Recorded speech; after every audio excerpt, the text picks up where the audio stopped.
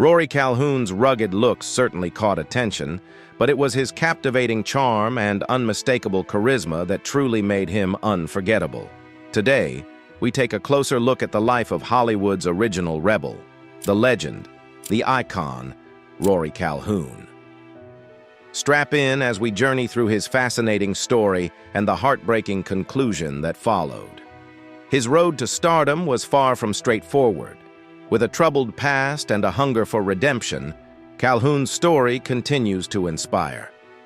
Born Francis Timothy McCown, a name few associate with stardom, he spent his early years in Santa Cruz, California, under the shadow of his father, a notorious professional gambler.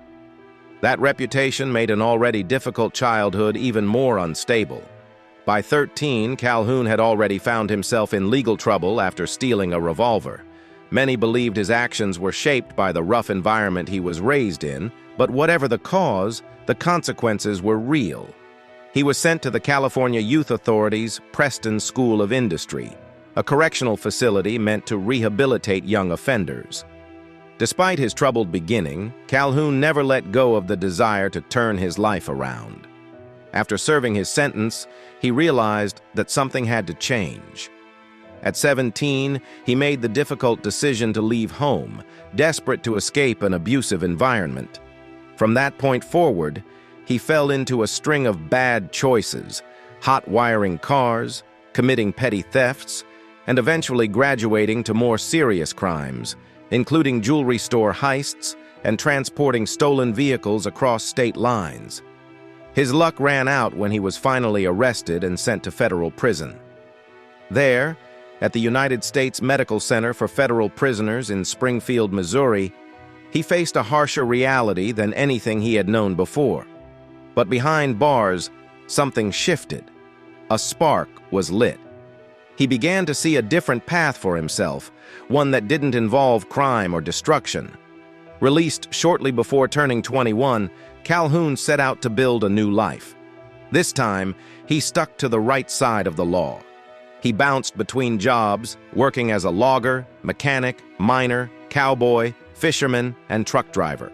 He even operated cranes and fought forest fires.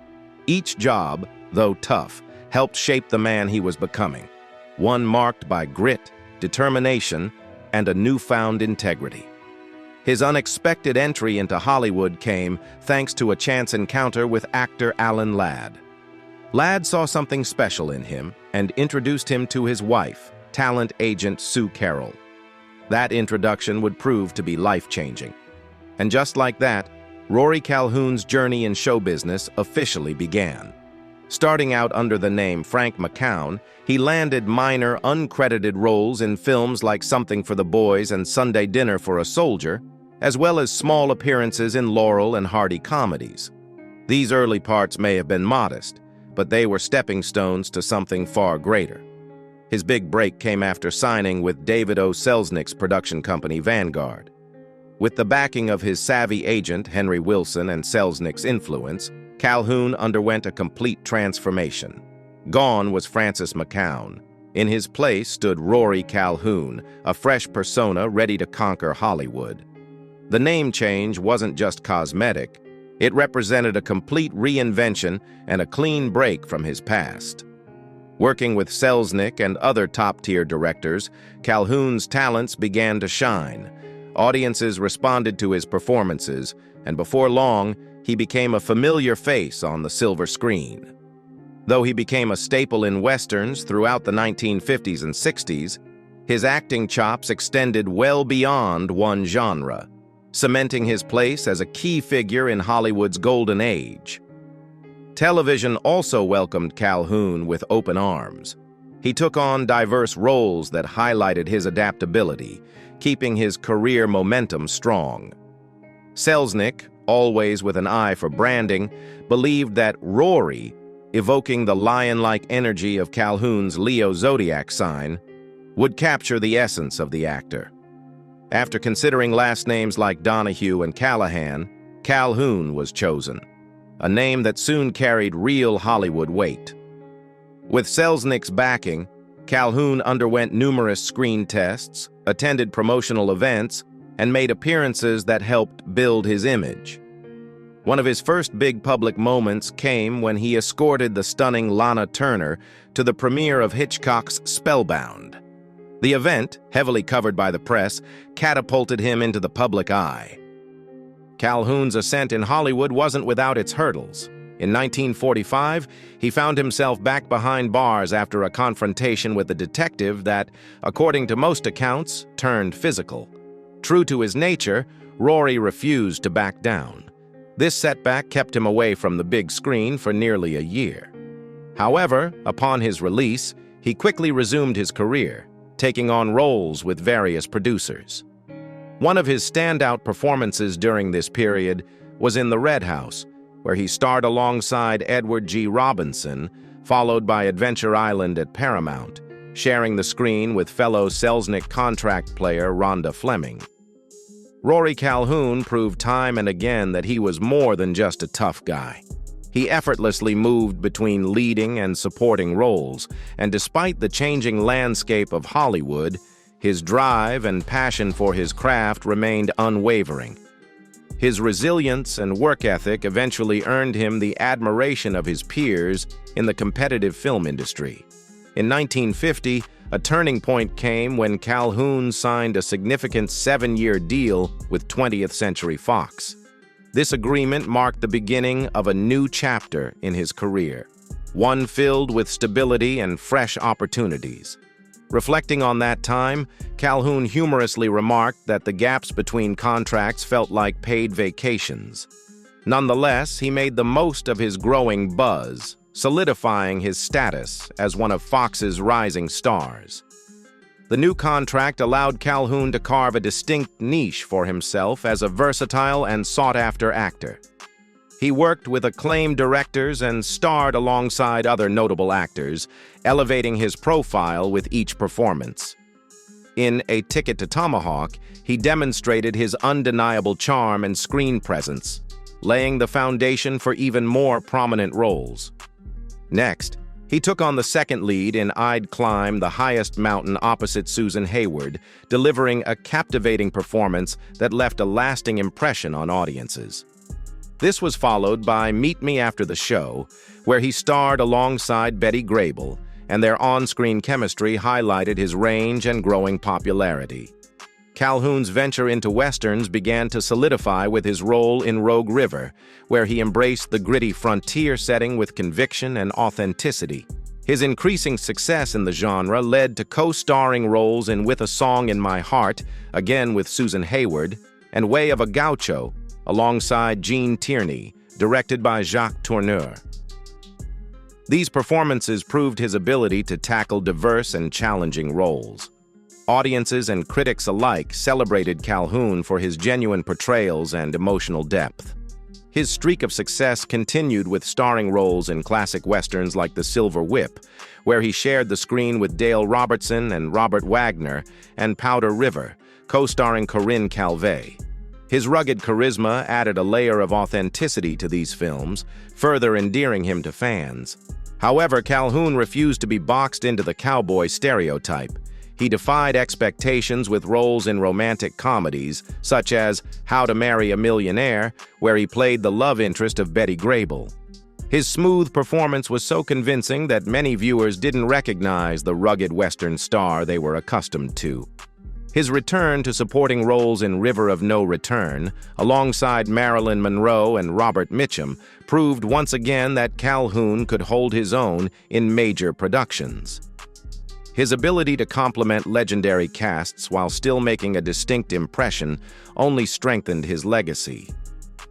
After parting ways with 20th Century Fox, Calhoun embraced a new phase in his career as a freelancer, collaborating with studios like Universal. He took on roles in action-packed dramas such as The Yellow Tomahawk and A Bullet is Waiting, reinforcing his position as a leading man in the genre. During this time, The Looters became a standout project, with Calhoun starring alongside Julie Adams.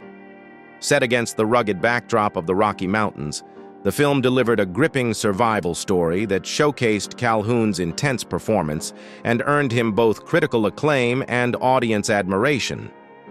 In an unexpected twist, Calhoun was considered for the lead role of James West in the CBS series The Wild Wild West. Despite his impressive talent and experience, the producers felt his screen test fell short, and the role ultimately went to Robert Conrad.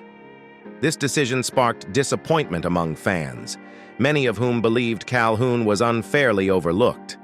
However, being passed over for The Wild Wild West didn't mark the end of his career. Rory Calhoun, ever resilient, pressed on, building a lasting career that continued into the 1970s and 1980s. His work during this period served as a reminder that the cowboy-turned-superstar was far from finished.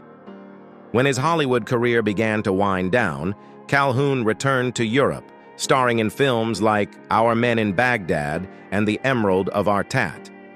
These roles showed that his international appeal was still strong. His willingness to embrace diverse characters in various global settings reinforced his status as a global star. Calhoun also remained a consistent presence on American television. Audiences fondly recall his appearances on shows like Thunder in Carolina, Rawhide, Gilligan's Island, Hawaii Five-0, Alias Smith and Jones, and Starsky and Hutch. His versatility was so widely recognized that it seemed there was no role he couldn't tackle. A pivotal moment in his later career came in 1982 when he joined the cast of the daytime soap opera Capital. Though initially hesitant to take on the role, Calhoun was eventually persuaded by his family, particularly after he regretted turning down an earlier offer for Dallas. His portrayal on Capital proved he could succeed in long-form storytelling, leaving a lasting impression on daytime TV audiences. Calhoun also gained recognition with younger viewers through cult films. His roles in Night of the Lepus, Motel Hell, Angel and its sequel Avenging Angel, as well as Hell Comes to Frogtown, earned him a place in pop culture. These offbeat roles demonstrated his willingness to experiment with unconventional characters, further solidifying his legacy among fans of niche cinema. One of the more surprising chapters of Calhoun's life involved a behind-the-scenes sacrifice to protect the reputation of fellow actor Rock Hudson. At the time, Hudson was secretly gay and at risk of being exposed by the scandalous tabloid Confidential. To shield Hudson from scandal, his agent, Henry Wilson, struck a deal with the magazine, offering details of Calhoun's troubled past in exchange for burying Hudson's story. Calhoun's past as a juvenile delinquent and his time in prison were made public, whether with or without his consent. But this sacrifice kept Hudson's secret safe. Calhoun's final film role came in Pure Country, where he portrayed Ernest Tucker, a rugged patriarch and rancher. It was a fitting way to close a career that showcased his remarkable ability to embody a wide range of characters. Off the screen, Calhoun's personal life was as colorful as his professional one. He married twice, first to actress Lita Baron in 1948.